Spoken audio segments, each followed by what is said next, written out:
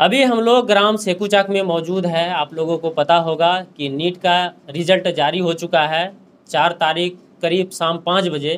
और सेकुचक के एक स्टूडेंट जिन्होंने नीट में 675 नंबर लाकर अपने क्षेत्र का, अपने परिवार का और अपने इलाके का नाम रोशन किया है।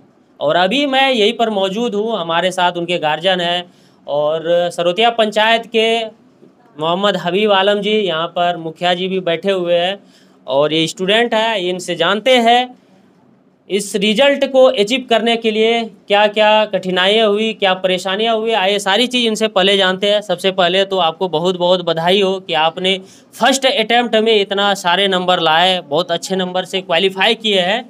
और कहा जाता है अपने इलाके में कि अटैम्प्ट तो बहुत ज़्यादा दिए होंगे, लेकिन कह रहे फर्स्ट अटैम्प्ट है।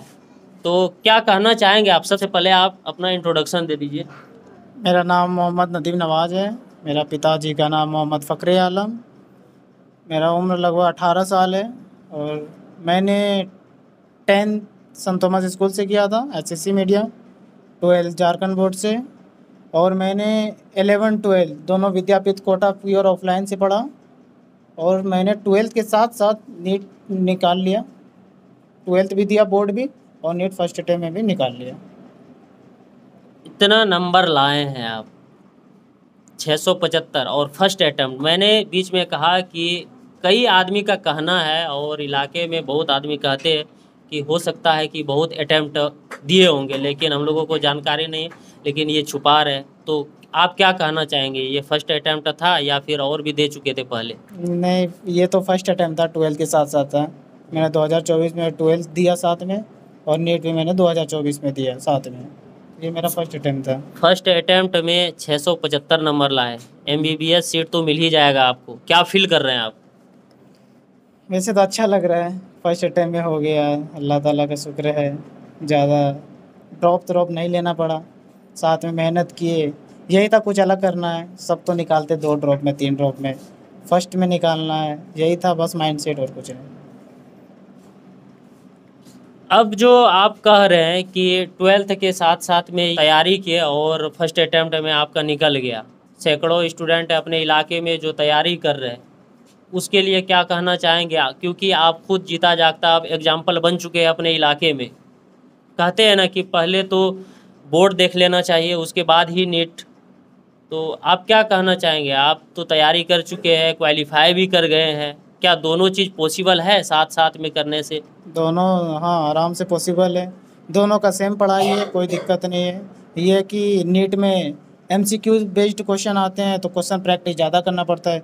थ्योरी सेम है, वही थ्योरी यहाँ बोर्ड में सब्जेक्टिव वाइज होती है, तो आपको सब्जेक्टिव में लिखना है। सेम की बुक है, सेम पढ़ाई है, दोनों आराम से हो जाता है, कोई दिक्कत नहीं है। क्या लगता है इसके लिए कुछ अलग से प्रिपरेशन, या फिर सारे क्वेश्चन तो 11-12 से, कुछ क्वेश्चन है कि जो मॉडरेट होंगे हाँ, वो अलग, हाँ। लेकिन ज़्यादातर क्वेश्चन जो 11-12 के लेवल का ही रहता है? सब नहीं, सब प्योर 11-12 का रहता है, बाहर से कुछ नहीं रहता है नीट के। आप ये बता सकते हैं कि 11th का कितना परसेंट उसमें क्वेश्चन इंक्लूड रहता है और 12th का कितना परसेंट लगभग? वो हर साल चेंज होता है, कोई फिक्स नहीं रहता है।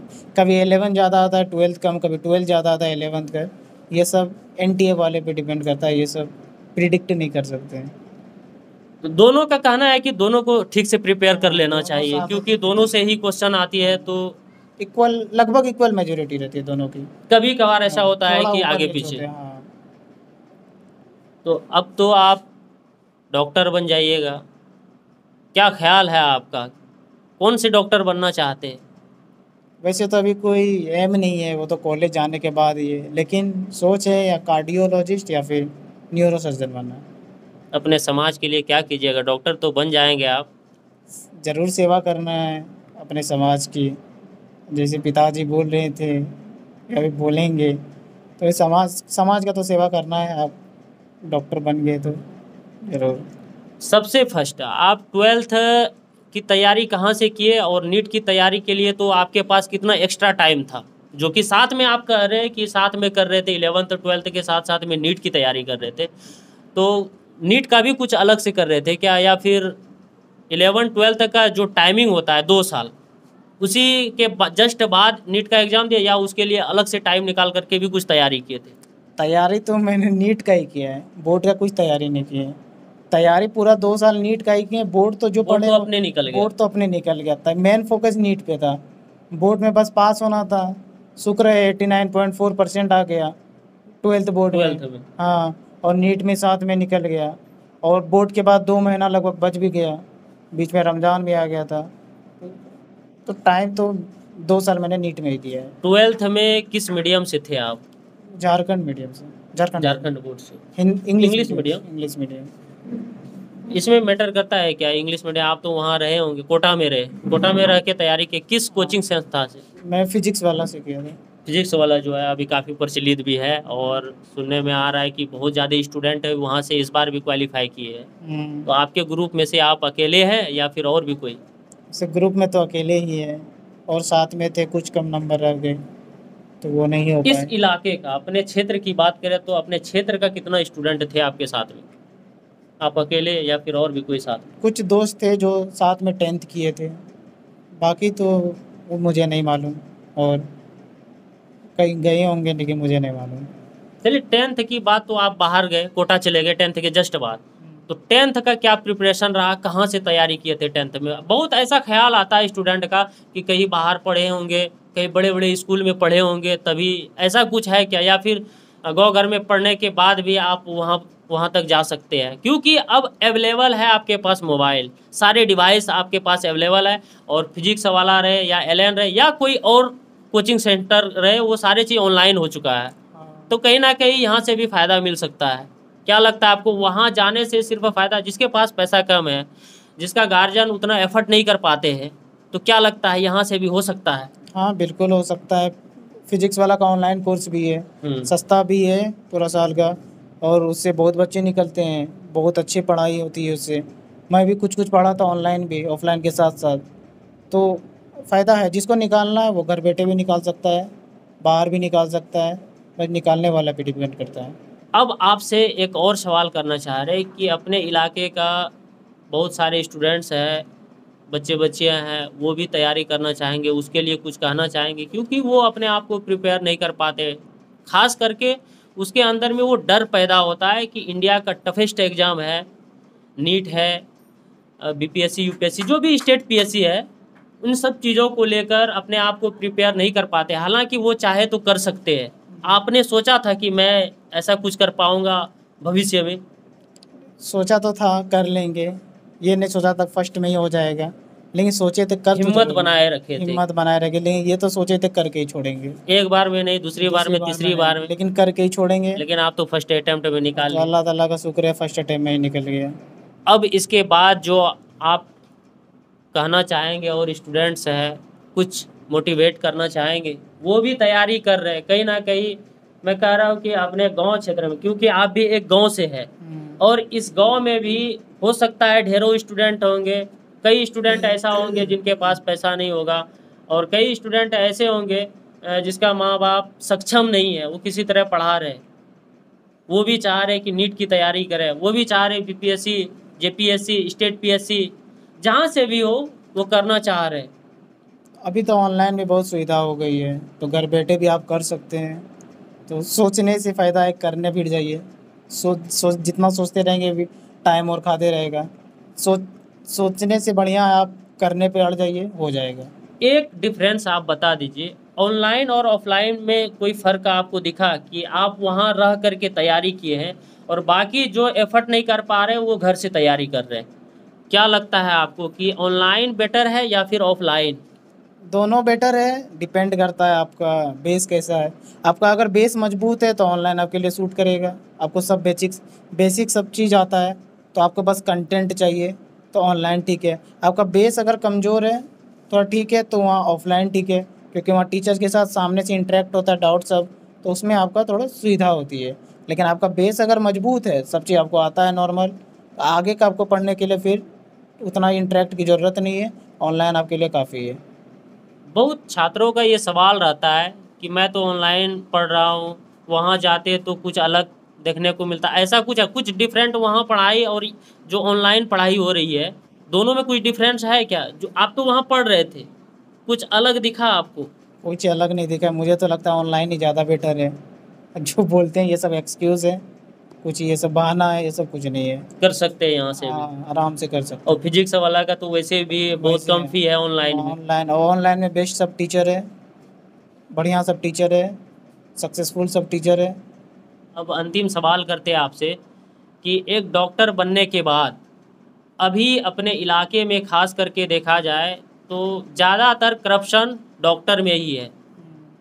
कहीं आप ये तो नहीं सोचिएगा कि इतना खर्चे किए मेरे पापा मेरे पीछे, एमबीबीएस डॉक्टर बनेंगे तो ऐसे कैसे छोड़ देंगे, नहीं, ऐसा कुछ फीलिंग रखते हैं नहीं, ऐसा या सोच अपने नहीं है। समाज के लिए कुछ करेंगे? ज़रूर करेंगे, ऐसा कोई सोच नहीं है कि ये करना है वो करना है, भलाई करना है, कुछ अलग करना है, कुछ हट के करना है तो ज़रूर करेंगे। कुछ परेशानियां फेस किए होंगे, क्या क्या परेशानियां आई थी आपको यहाँ तक पहुँचने में? परेशानी तो आई है, बचपन से ही परेशानी आई है, शुरू से ही 10th तक जो पढ़े हैं वहाँ से परेशानी ही है। 11 परेशानी तो रहेंगे, परेशानी से तो फिर निकल के फिर अपना रास्ते पे आना है। तो कठिनाई तो आती रही, जाती रही, लेकिन हिम्मत नहीं हारे, करते रहे और उसका रिजल्ट भी और आज उसका सामने रिजल्ट में आज है। सामने में है। अब अपने इलाके के लिए एक और बात बता दीजिए, आप अपने स्तर से, पर्सनल मैटर है कि आप किसी का फ्री में इलाज करेंगे या अपने गांव मोहल्ले को देखेंगे, वो अलग चीज़ है, लेकिन पढ़ने लिखने वाले छात्र को क्या है मदद करेंगे आप? ज़रूर करें, अगर बहुत से दोस्त के कॉल आते हैं, बहुत को दिशा हेल्प की निर्देश देंगे ना? दिशा निर्देश, बहुत दोस्त का कॉल आता है, प्रिपरेशन में भी आता था, सबको मदद भी करते थे, डाउट सॉल्व भी कर देते थे बहुत का, बाद में भी बहुत का कॉल आता है, सबका करते हैं, अभी भी करते हैं, वैसा कोई बात नहीं है, ज़रूर करेंगे। चलिए, बहुत बहुत शुक्रिया। अब बात करते हैं, आपके पापा भी बगल में बैठे हैं, आपको बता दूँ ये उनके पापा हुए नदीम नवाज के। क्या फील कर रहे हैं आज इस रिजल्ट को देखते हुए? मुझे तो बहुत अच्छा फील हो रहा है, बहुत खुशी है। मुझे पूरे परिवार वालों ने, घर वालों ने, सबका सपोर्ट रहा है। हम इसमें पूरा खुश हैं और इंशाल्लाह हम आगे भी चाहेंगे कि सब दिन आगे से आगे बढ़े और समाज का सेवा करते रहे। मेरा यही सोच है। गांव देहात में ज़्यादातर देखा जाए कि पेरेंट्स का बहुत ही कम रोल रहता है, क्या भागीदारी रही, आप किस तरह से इसको मैनेज कर रहे थे? मेरा सिर्फ था यही कि मेहनत करते रहना है, पीछे नहीं मुड़ना है, आगे बढ़ते रहना है। एक दिन इंशाल्लाह कामयाबी ज़रूर मिलेगी। मेरा यही सब दिन सोच रहा हमेशा है। मोटिवेट करते रहे। हमेशा हमेशा यही मोटिवेट करते रहते थे, एकदम आगे बढ़ते रहना है, पीछे मुड़ना ही नहीं है, हिम्मत नहीं हारना है।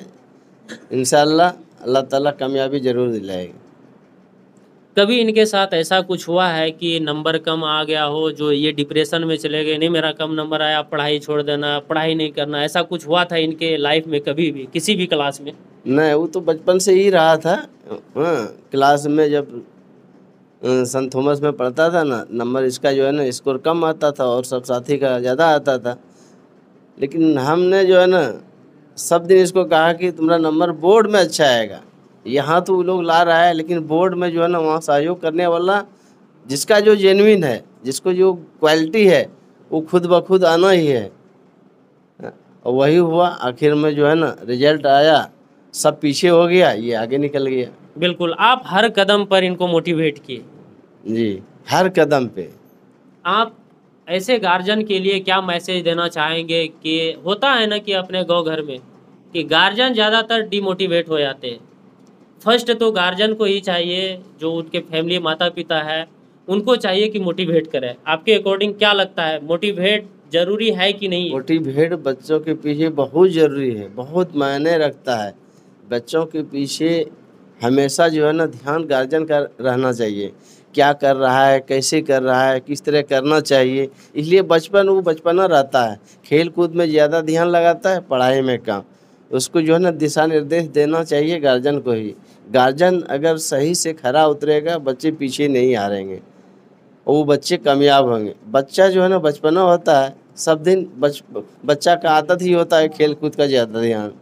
इसलिए जो है ना बच्चे को पीछे जो है ना गार्जियन का रोल ज़्यादा रहता है। गार्जियन अगर एक्टिव रहेंगे, बच्चे आगे निकलेंगे। यहाँ तक के सफ़र में आपको क्या परेशानियाँ आई, आप क्या क्या फेस किए? देखिए अल्लाह ताला का शुक्र है, परेशानी तो आती है जाती है, ये सुख दुख जो है ना ज़िंदगी का ये सफ़र है। जब तक हयात में रहते हैं आदमी ये लगा हुआ है सुख और दुख। परेशानी तो अल्लाह ताला का देन है, कभी परेशानी कभी जो है ना राहत, सब चीज़ वो ऊपर वाले के हाथ में है। हैं इंशाअल्लाह सब चीज़ जो है ना ठीक ठाक है। तो ये आपका बड़ा बेटा है? बस एक ही लड़का है। इसके एक लड़की है एक लड़का है। उसके लिए भी है? आपका जो बेटी है वो हाँ, इससे छोटी है? हाँ इससे छोटी है, वो 4 क्लास में पढ़ती है, वो भी इंग्लिश मीडियम में पढ़ती है। उनके लिए भी तो सोच के रखे होंगे कि आगे चल कर के, अब तो एक एग्जाम्पल आपके घर में हो चुका है, उनको देखकर भी प्रेरित होंगे और आपको भी अच्छा लगेगा कहने में। देखिए कोशिश तो है, सब गार्जियन का कोशिश रहता है कि मेरा बच्चा अच्छा करे। कोई नहीं गार्जियन चाहता है कि मेरा बच्चा खराब निकले, कामयाबी मिले, अच्छा से पढ़े, अच्छा जॉब मिले, सब गार्जियन का सोच रहता है। लेकिन देखिए लक जहाँ तक इसका फेवर करता है वो बच्चों के ऊपर भी डिपेंड करता है, किस तरह से वो काम कर रहा है, किस तरह से मेहनत कर रहा है। कोई नहीं चाहता है गार्जियन मेरा बच्चा बिगड़ जाए। ठीक बिल्कुल। ठीक है, यही होता है, थोड़ा सा गार्जियन को थोड़ा सा उसके पीछे लगन रहना पड़ता है। आपसे एक अंतिम सवाल, आपका पेशा क्या है, क्या करते हैं आप? मेरा पैसा छोटा मोटा बिजनेस है, मैं व्यवसायी हूँ। महागमा में हार्डवेयर का दुकान है, उसी से जो है ना मेरा भरण पोषण होता है।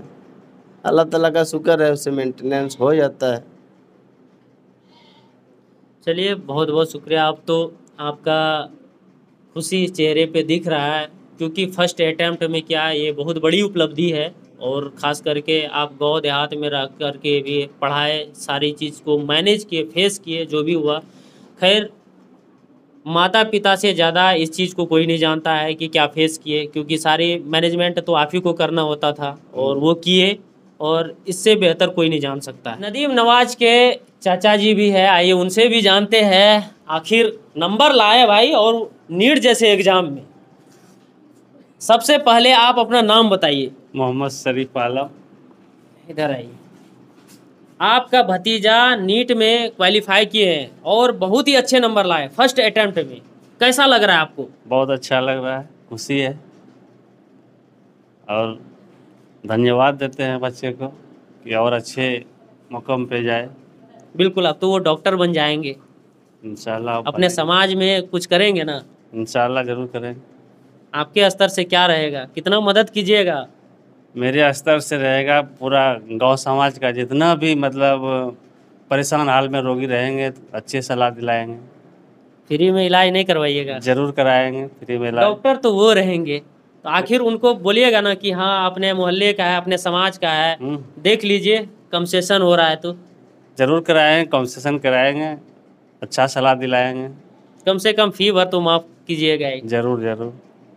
चलिए, और भी उनके छोटे चचा, छोटा चचा हुए आप? छोटे नहीं हैं, छोटे से थोड़े बड़े हैं। अच्छा, और एक और भी है? एक और भी है चाचा, इनके आपका साथ क्या नाम इनके हुआ? साथ जो पढ़ते थे कोटा में, अनफॉर्चुनेटली उनका नहीं निकल पाया, अफसोस है। अच्छा। लेकिन जहाँ अफसोस है वहाँ खुशी भी है कि हमारे ख़ानदान में फर्स्ट पीढ़ी अब डॉक्टर बनने जा रहा है। बिल्कुल। और किसी पीढ़ी में मतलब हमारे ख़ानदान में डॉक्टर नहीं थे, इसलिए सबसे ज़्यादा खुशी है। और खुशी की बात यह भी है कि फ़र्स्ट अटैम्प्ट में इन्होंने नीट क्रैक किया है, इसलिए खुशी दोबाला हो जाती है। और उम्र भी बहुत कम है, आप देख ही रहे हैं, आप लोग देख रहे हैं, जो लोग देखेंगे इंशाल्लाह। इस छोटी उम्र में इतना टफेस्ट एग्ज़ाम को क्रैक करना बहुत बड़ी बात है, इसलिए परिवार में उत्साह है, खुशी का माहौल है। और इनको सब बहुत बहुत बधाई, और आगे उम्मीद करते हैं आगे और अच्छा करे, समाज की खिदमत करे, समाज का सेवा करे जहाँ तक मुमकिन हो सके। ऐसा नहीं है कि मतलब अपना तन का कपड़ा बेच के समाज का सेवा करें, नहीं, ऐसा नहीं है। बिल्कुल, ऐसा अपना कोई भी ख्याल कहेगा भी नहीं, अपना भी ख्याल रखे हम्म। और समाज का भी सेवा करे। और लास्ट में यही उम्मीद करते हैं उनसे, अच्छा करेगा इस फील्ड में। बिल्कुल, अब तो और भी मेहनत की और जरूरत उनके लिए दुआ भी करते हैं अल्लाह ताला से कि इस लाइन में, इस फील्ड में स्टेबल रखे और अल्लाह ताला मज़ीद कामयाबी दे।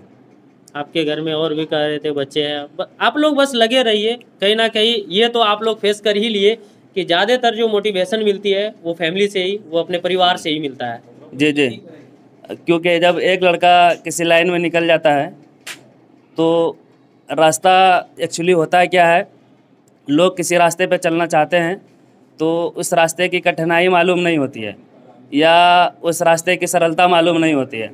जब उस रास्ते से कोई गुज़र जाता है तो बताने वाला एक मौजूद होता है परिवार में कि इस रास्ते में कितनी कठिनाई है, कितनी सरलता है, या कहाँ मोड़ है, कहाँ सीधा चलना है। तो उसी हिसाब से जब एक लड़के का निकल गया है हमारे परिवार में, तो इंशाल्लाह आगे भी अब पीढ़ी में ये बरकरार रहेगा। और अल्लाह ताला से दुआ भी करते हैं कि अल्लाह ताला हमारे परिवार में मतलब इसको बरकरार रखे।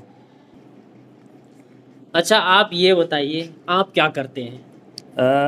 मैं पेशे से वकील हूँ, लेकिन अभी फ़िलहाल कहीं प्रैक्टिस नहीं कर रहा हूँ, लाइसेंस का इशू है।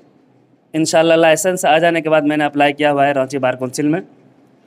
इसमें लाइसेंस का ये होता है कि बार काउंसिल में अप्लाई करने के बाद ऑल इंडिया के एग्ज़ाम देना पड़ता है। उसको करेक्ट करने के बाद आपका फाइनली लाइसेंस आता है।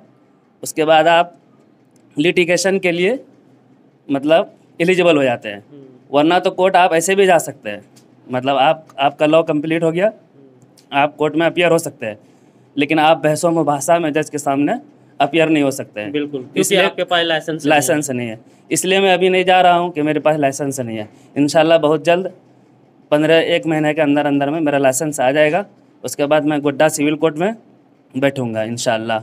और मेरा भी इरादा है समाज में जो बुराइयां हैं, समाज में जो केसेस है, उसको अपने तौर पर हैंडल किया जाए। अब तो आप वकील हैं, आपसे निवेदन भी करना चाहेंगे और ये जानकारी भी साझा करना चाहेंगे कि अपने इलाके में देखा जाए कि बहुत ऐसे केसेस हैं जो फॉर्जरी है, बिना किसी वजह के फंसा दिया जाता है। और आप ये देख पा रहे होंगे कि समाज में ये बुराइयां बढ़ती ही जा रही है। तो इस पर तो आपको कुछ ना कुछ करना ही होगा आप अपने समाज के लिए। और मतलब कोर्ट का भी यही कहना है कि जब तक मसला संगीन ना हो हमारे पास नहीं आइए, क्योंकि एक मतलब रिपोर्ट मतलब जारी किया गया है कि कोर्ट में 40% मतलब केस अभी भी पेंडिंग में है, जिसको जजेज लोग हल नहीं कर पा रहे हैं, क्योंकि उतने जजेस नहीं हैं इंडिया के अंदर जितने होने चाहिए, और उतनी बहाली भी नहीं हो रही है अनफॉर्चुनेटली। इसलिए केसेस बहुत ज़्यादा पेंडिंग में कोर्ट में। और उनका यही कहना है समाज से, लेकिन समाज तक इस बात को पहुंचाने वाला कोई नहीं है कि अगर छोटी मोटी लड़ाई हो जाए, छोटा मोटा झगड़ा हो जाए, तो अपने तौर पे उसको सुलझा लिया जाए। यही वजह है कि आप देखते होंगे कि थाने के अंदर जब कोई शिकायत लेके जाता है तो थाने में FIR ओरिजिनल पुलिस लोग दर्ज नहीं करते हैं, क्योंकि अगर ओरिजिनल FIR दर्ज हो गया तो उसको कोर्ट में पेश करना हर हाल में 24 आवर्स के मतलब विदिन ज़रूरी हो जाता है। वो लोग अलग से रजिस्टर में लिख लेते हैं। 2 टाइप का रजिस्टर होता है थाने में, एक में एक ऐसे शिकायत दर्ज करने के लिए रजिस्टर होता है, एक FIR रजिस्टर होता है। तो गांव देहात से जो लोग थाना जाते हैं तो वो शिकायत दर्ज करने वाले रजिस्टर में शिकायत दर्ज कर लेते हैं और मामला को वही सल्टाने की कोशिश करते हैं। ये थाना प्रभारी का भी कहीं ना कहीं यहाँ पर सल्टाने का रोल रहता है कि इसको यहाँ पे सुलह हो जाए। इसलिए इन्वेस्टिगेशन के बाद वो पता कर लेते हैं कि क्या सही है क्या गलत है, इसके बाद ही वो FIR को आगे बढ़ाते हैं। एक अंतिम सवाल आपसे, आप तो वकील बन चुके हैं, जी, क्लियर हो चुका है आपका। अब एक चीज़ आपसे ये सवाल है कि अपने इलाके में और अपने मुआशरे में, अपने कम्युनिटी में, मुसलमानों में खास करके ये देखा जाता है कि वकील बनना ही नहीं चाहता है। उसका प्रॉब्लम ये है कि वो कहता है कि वकील बनने के बाद हराम का कमाई खाएंगे, यहाँ से पैसा मिलेगा, वो पैसा जायज़ नहीं है। आप इसके बारे में क्या कहना चाहेंगे? मैं आपको बता दूं कि मेरा बैकग्राउंड जो है पढ़ाई का वो भी मदरसा लाइन है। मैंने दारुल से फ़रागत हासिल की है, दारुल देवबंद से। अच्छा, जो भारत का मतलब हाफिज भी हैं आप? हाफिज भी है, मौलाना भी है। उसके बाद मैं अलीगढ़ में जब पढ़ता था, अलीगढ़ में इंग्लिश लिटरेचर में जब था मैं, अल्हम्दुलिल्लाह इंग्लिश लिटरेचर मतलब अलीगढ़ यूनिवर्सिटी का ग्रेजुएशन में सबसे टफेस्ट माना जाता है लिटरेचर। उसमें मेरा सिलेक्शन हुआ था। मैं पढ़ने के दौरान कई प्रोफेसर के पास जाता था कि इसके बाद क्या करूँगा, तो प्रोफेसर लोग यही मशवरा देते थे कि इसके बाद कोई प्रोफेशनल कोर्स कर लो। चूँकि मेरा बैकग्राउंड मदरसा था, मैं साइंस बैकग्राउंड में जा नहीं सकता था, आगे साइंस को लेकर आगे नहीं बढ़ सकता था। तो प्रोफेशनल कोर्स में मेरे पास एक ही ऑप्शन बच जाता था, लॉ। जब मैंने लॉ करने के लिए सोचा तो जो आपने सवाल किया है माशाल्लाह, यही सवाल इसी सवाल का सामना मुझे बहुत ज़्यादा करना पड़ा समाज में। लोग यही कहते थे कि वकील बन जाओगे, हराम का खाओगे। अपने समाज में क्या है, पुलिस और वकील में जाना नहीं चाहते हैं, वकालत नहीं करना चाहते हैं, इसलिए कि एक कॉन्सेप्ट उनके दिमाग में बैठ गया है कि वकालत में हराम की कमाई खाते हैं। ऐसा नहीं है। वकालत में बोल के फ़ीस लिया जाता है और उसके बाद क्लाइंट का केस लड़ा जाता है, और हर लाइन में यही होता है। डॉक्टर भी अपने क्लाइंट से फ़ीस लेता है बोल के। मान लीजिए आप कान का ऑपरेशन कराने जाएंगे, डॉक्टर बोलेगा इसमें लगेगा 20,000, तो आप खुशी ब खुशी दे देते हैं। तो वहाँ नहीं सोचते हैं कि डॉक्टर हराम की कमाई खा रहा है। यही चीज़ वकालत में जब होती है, आप किसी वकील के पास जाते हैं केस लेकर, तो वकील बोलता है 20,000 फीस लगेगा, तो आप वहाँ बोल देते हैं कि हराम की कमाई खा रहा है। तो ये समाज का मतलब थोड़ा दो मुँहा सांप वाला रोल है, यह नहीं होना चाहिए। और ये फील्ड थोड़ा दबदबा वाला है, इसमें भी समाज को आगे बढ़कर हिस्सा लेना चाहिए। अपने औलाद को, अपने बच्चों को इस लाइन में भी भेजने की कोशिश करनी चाहिए। हर लाइन में जाना चाहिए। बिल्कुल बिल्कुल, इससे भी कहीं ना कहीं समाज को भी सुधारा जा सकता है और समाज को एक नई दिशा दिखाने का भी आप रास्ता मिल कर सकता सकते है। हैं, रास्ता मिल जाएगा। अगर आप वकील हैं, समाज में तो कल्याण होगा ही। जी जी। किसी चीज़ की परेशानी आती है, थाना पुलिस की बात आती है, तो वो चीज़ आप वहाँ पे सटीकता को दिखा सकते हैं कि ये सही है, ये गलत है, ये ऐसे होगा। ये सारी चीज़ें आप जानकारी भी दे सकते हैं। माफ़ कीजिएगा, मैं एक चीज़ और ऐड करना चाहूँगा। मैं भी जब लॉ करने से पहले पुलिस के सामने में खड़े होने से या थाने में घुसने से, प्रवेश करने से बहुत डरता था। यही लगता था कि पता नहीं कौन सा केस मेरे ऊपर लगा देंगे ये लोग और अंदर डाल देंगे। लेकिन जब मैं लॉ के अंदर आया, थोड़ा बहुत पढ़ने लगा, चीज़ों को जानने लगा, तो डर भय थोड़ा पुलिसों से ख़त्म हो गया, क्योंकि मुझे कानून का पता चल गया, लॉ का पता चल गया, प्रोसेस का पता चल गया कि पुलिस के हाथ में कुछ नहीं है, ये लोग भय दिखाते हैं बस, और कुछ नहीं है। जब हम लोग वकालत से पहले किसी और स्ट्रीम में पढ़ते थे, मदरसे में पढ़ते थे, एक शेर बड़ा प्रचलित था। वो शेर इस बात को इंडिकेट करता है कि समाज में वकालत को लेकर किस तरह का मतलब माइंड सेट है। वो ये शेर था कि पैदा हुए वकील तो शैतान ने कहा, पैदा हुए वकील तो शैतान ने कहा, लो आज से हम भी साहिब औलाद हो गए। लेकिन जब हम लोग वकालत की फील्ड में आए, चूँकि हम लोग मदरसे के बैकग्राउंड से थे, इस शेर को हम लोगों ने तज़मीन कर दिया। तज़मीन का मतलब ये होता है कि बदल ये दिया, पैदा हुए वकील तो शैतान ने कहा, लो आज से हम भी साहिब दुश्मन हो गए। बहुत खूब, बहुत अच्छा शेर आपने कहा, और इस छोटी सी शेर के बदौलत बहुत कुछ कह दिया आपने। देखिए, ये आपके सामने जीता जागता उदाहरण है, एग्जाम्पल है। आप कहते हैं ना कि अरे हम तो मदरसा से पढ़े हैं, क्या कर पाएंगे। एग्जाम्पल आपके सामने है, आप इससे भी मोटिवेट हो सकते हैं। अब खुद को कीजिए ना मोटिवेट। क्या लगता है आपको कि क्या मदरसा का बच्चा ऐसे नीट और डॉक्टर, MBBS या IAS, IPS, वकील नहीं बन सकते क्या? सामने में है भाई, आप देख लीजिए। बहाना को छोड़िए, आप निकलिए तो घर से, अपने आप को मजबूत तो कीजिए। क्यों नहीं बन सकते? क्या कोई फरिश्ता आता है? एक बात मैं कहता हूँ कि कोई भी 7 समुंदर पार से आकर के आपका हाथ पकड़कर ले जाने वाला नहीं है। आपको खुद ही निकलना है, आपको खुद ही चलना होगा। आपके सामने में एक छोटा सा बच्चा नीट को क्रैक करते हुए दिख रहा है। इन्होंने महज फर्स्ट अटेम्प्ट में, महज कम ही उम्र में नीट को क्रैक किया है। क्या लगता है आप नहीं कर पाएंगे?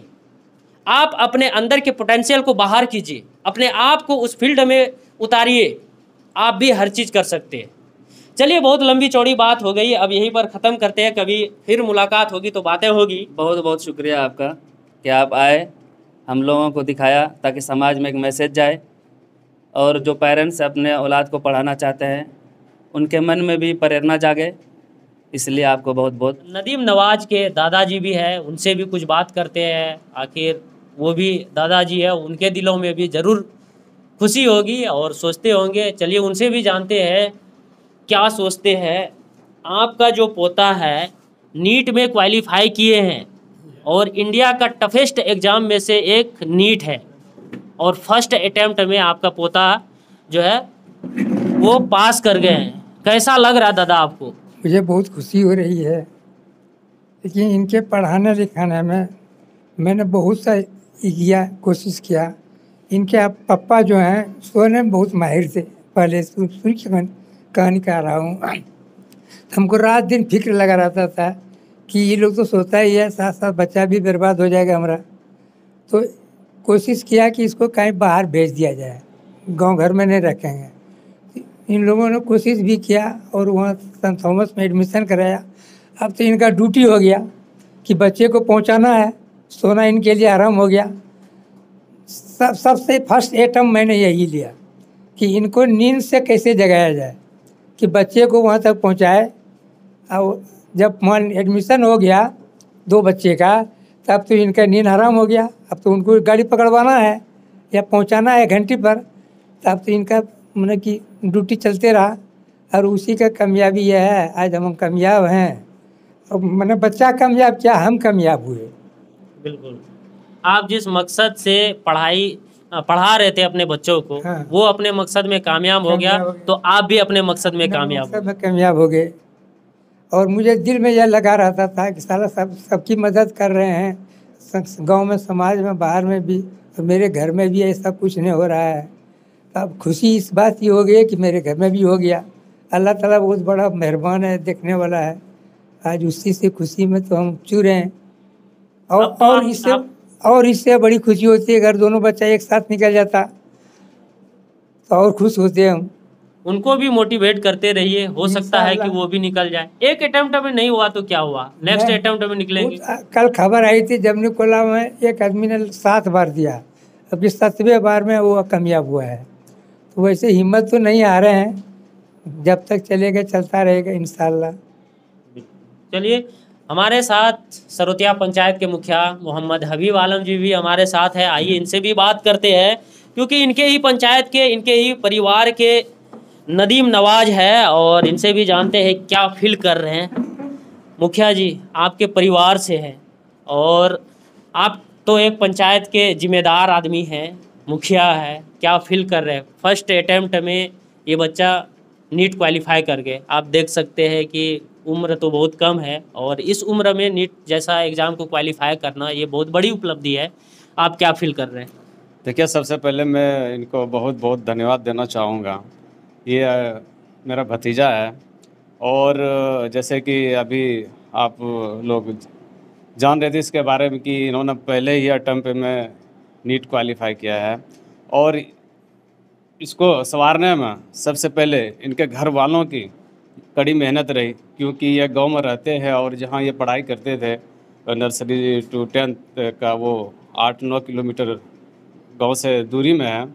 तो इनके पिताजी, मैं देखता था, मैं महागवा रहता था उस टाइम महागवा में, तो मैं देखता था कि सुबह सवेरे जगना और डेली पहले बस में पहुंचाते थे, या फिर बाइक से स्कूल छोड़ना, और फिर छुट्टी होती थी पूरे दिन वही इनका हार्डवेयर का दुकान था इनके पापा का, वही रहते थे। और जो टास्क स्कूल से मिलता था वही दुकान में बैठ के ये तैयारी करते थे, उनको पूरा करते थे होमवर्क।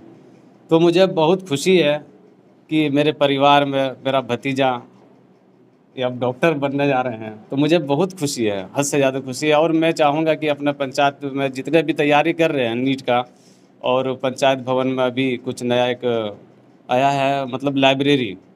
अगर कोई चाहता है कि मेरे घर में तैयारी नहीं हो पाती और मैं तन्हाई बैठ के तैयारी करना चाह रहा हूँ, तो उसके लिए पंचायत भवन में अवेलेबल है अभी, क्योंकि आचार संहिता में कुछ अभी तैयारी नहीं हो पाई थी, कुछ कमी रह गया था लाइब्रेरी में। तो अब उसके लिए हमको लगता है 10-15 दिन में वो लाइब्रेरी तैयार हो जाएगा, वहाँ बैठ के भी पढ़ाई कर सकते हैं। या पंचायत के वासी जितने भी है जो तैयारी करना चाहते हैं गांव में, जो बाहर नहीं जा पा रहे हैं और वो चाहते हैं एकांत में बैठ के पढ़े सुकून के साथ, वहाँ जाके तैयारी कर सकते हैं।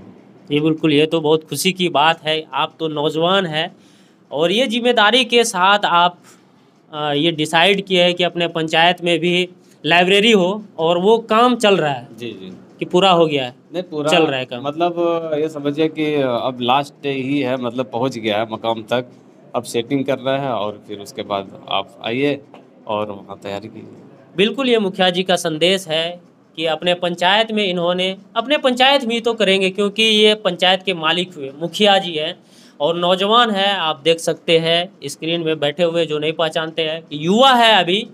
और पंचायत में जो लाइब्रेरी का इन्होंने संचालन जो कर रहे हैं, यहाँ पर व्यवस्था जो कर रहे हैं ये बहुत बड़ी उपलब्धि है। आप लोग को ये संदेश दे रहे हैं मुखिया जी कि आप ये ना कहें कि मेरे पास वैसा टाइम नहीं है, वैसा जगह नहीं है। आपके पास वो जगह है, मुखिया जी यहाँ पर मुहैया करवा रहे, सरकार की तरफ से बहुत मेहनत कर रहे हैं। आप उनका फ़ायदा उठाइए, पढ़िए। और ऐसा कुछ भी नहीं है कि कोई भी एग्ज़ाम नहीं निकाल सकते, अगर आप चाहें तो निकाल सकते हैं। बस आप में वो पोटेंशियल होना चाहिए, आपके अंदर है पोटेंशियल, बस उसको बाहर कीजिए, उसको दिखाने की ज़रूरत है। आपका जीता जागता उदाहरण यहाँ पर मौजूद है, नदीम नवाज। देख सकते हैं इसका उम्र कितना है और इस उम्र में भी फर्स्ट अटेम्प्ट में इन्होंने नीट को क्रैक कर लिया है। ये बहुत बड़ी उपलब्धि है, ये आपके लिए भी प्रेरणादायक है। आप अगर एक गार्जियन के स्वरूप इस वीडियो को देख रहे हैं तो आप अपने बच्चों को अपने स्तर से मोटिवेट कीजिए। कहीं ना कहीं हर बच्चे को ये उत्सुकता होती है कि हम भी नीट को क्वालिफाई करें, हम भी जेईई मेंस को निकालें, हम भी यूपीएससी जेपीएससी जैसे स्टेट पीएससी और भी होता है, एसएससी, रेलवे। सबसे ज़्यादा अगर भागीदारी देखा जाए इसके अकॉर्डिंग ही नहीं मैं कह रहा हूँ, दुनिया में और अपने देश में जितना भी स्टूडेंट्स है, सबसे पहला जो गुरु होता है वो माता पिता ही होते हैं। क्योंकि अगर आप उसको मोटिवेट नहीं करते हैं तो वो आगे नहीं बढ़ पाएंगे। इसलिए हमेशा उसको मोटिवेट करते रहिए। मैं हूँ आपका दोस्त रिजवान और आप देख रहे थे देसी तरकस।